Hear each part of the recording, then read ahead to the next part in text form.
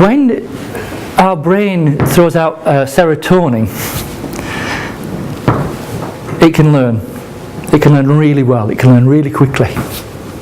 When it's throwing out adrenaline and cortisol, it can't. The brain shuts down. So people aren't being awkward. Their brain is saying, I don't want to do this. It may not be the person saying, I don't want to do this, I can't be bothered, I don't give a toss. It's what's happening on the inside. And because they're impulsive, it's not an intellectual decision, it's an emotional response. They can't control it.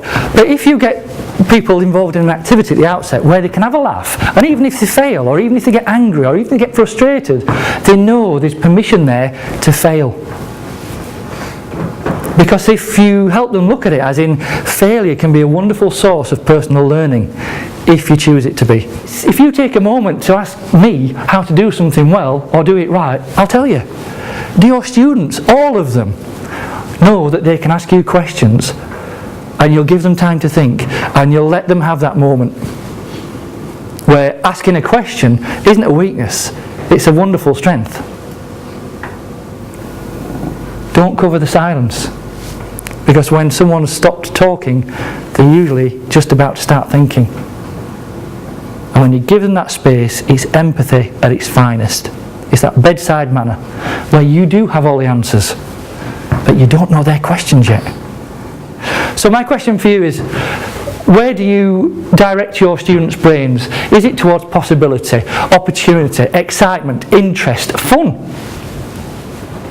collaboration?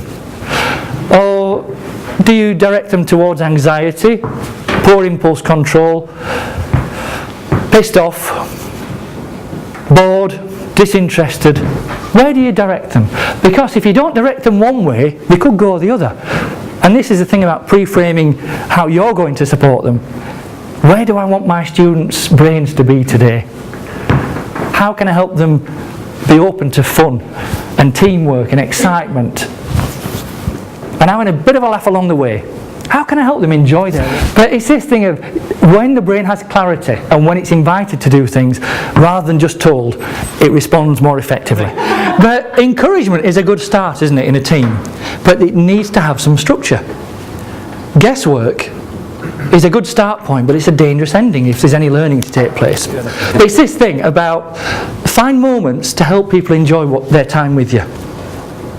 You don't have to be Peter Kay and all that kind of stuff. It's not how can I entertain them, it's how can I help them enjoy it. Because your map of the world, how you see the world, can be completely different to your audiences.